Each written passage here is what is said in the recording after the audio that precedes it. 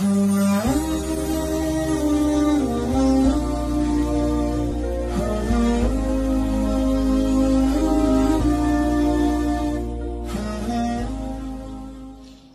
Cina urang berah, ana Cina buta, asyik ana urang terbeli mana Cina. Dan kan Cina biru Aceh. Dah nak buta terbeli, upu yang nak terbeli, mana nak buta. Kan je kan Cina buta, kena cerita berah jamun ana sotem je ke muhalil. Muhalil yang ke malai dia tanya, malai untuk pahala buzuk gop le.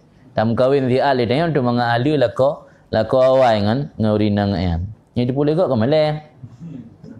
Maka gemita tu jamun yang nak sotem leh kita kejadian pun jamun Cina buta yang nak sorti, maka kajuk ke istilah Cina buta. Nah, hidum yang je ke muhalil kan Cina. Dan nikah muhalil nyan pi baik tayak pegah ta penikah untuk ke muhalil.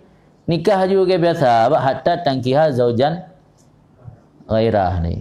Ya kan? Sehingga mengkawin suami yang lain. Hana mecek kan mengkawin untuk tujuan muhalil, bermengkawin dengan suami yang lain le. Benar jeda.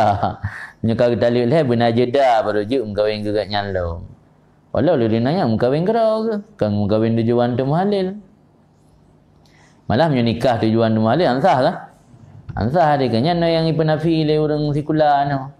Ipegahana nikah Cina buta yang. Memangnya dalam kitab dan nyopi nyo tujuan untuk kenyan ke penikah jangan sah. Ada taklid untuk nikah ni salam. Makna hatta tangkiha zaujan ghairah mengkawin dengan uragam yang lain, baik tujuan kenan. Dia lagi ceri uragam yang lain. Kawin dengan Allah melalui lalu iddah. Dan biasa hang getim. Dan tengok hang dapat paksa kan. Maka biasa orang yang pegak muhalilnya gemitangan tu. Pegak janji dengan nyokam kawin jiro ke kejalaman jolong bayu. Mengkawin jiro tu dia mengkawin baik pegak taklid tak kan. Menikah juga menikah biasa.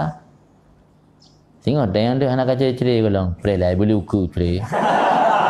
Kan? Nikah pray kan nikah pray dia jalaman dan bayar tak pu dan bayar. Hamio promo yang muda-muda kan datim. Mam tu promo kan 55 tahun umur. Ya bayan. Sahabat beriman, jangan lupa berbagi informasi dengan share video ini. Karena sebaik-baik manusia adalah yang paling bermanfaat bagi manusia.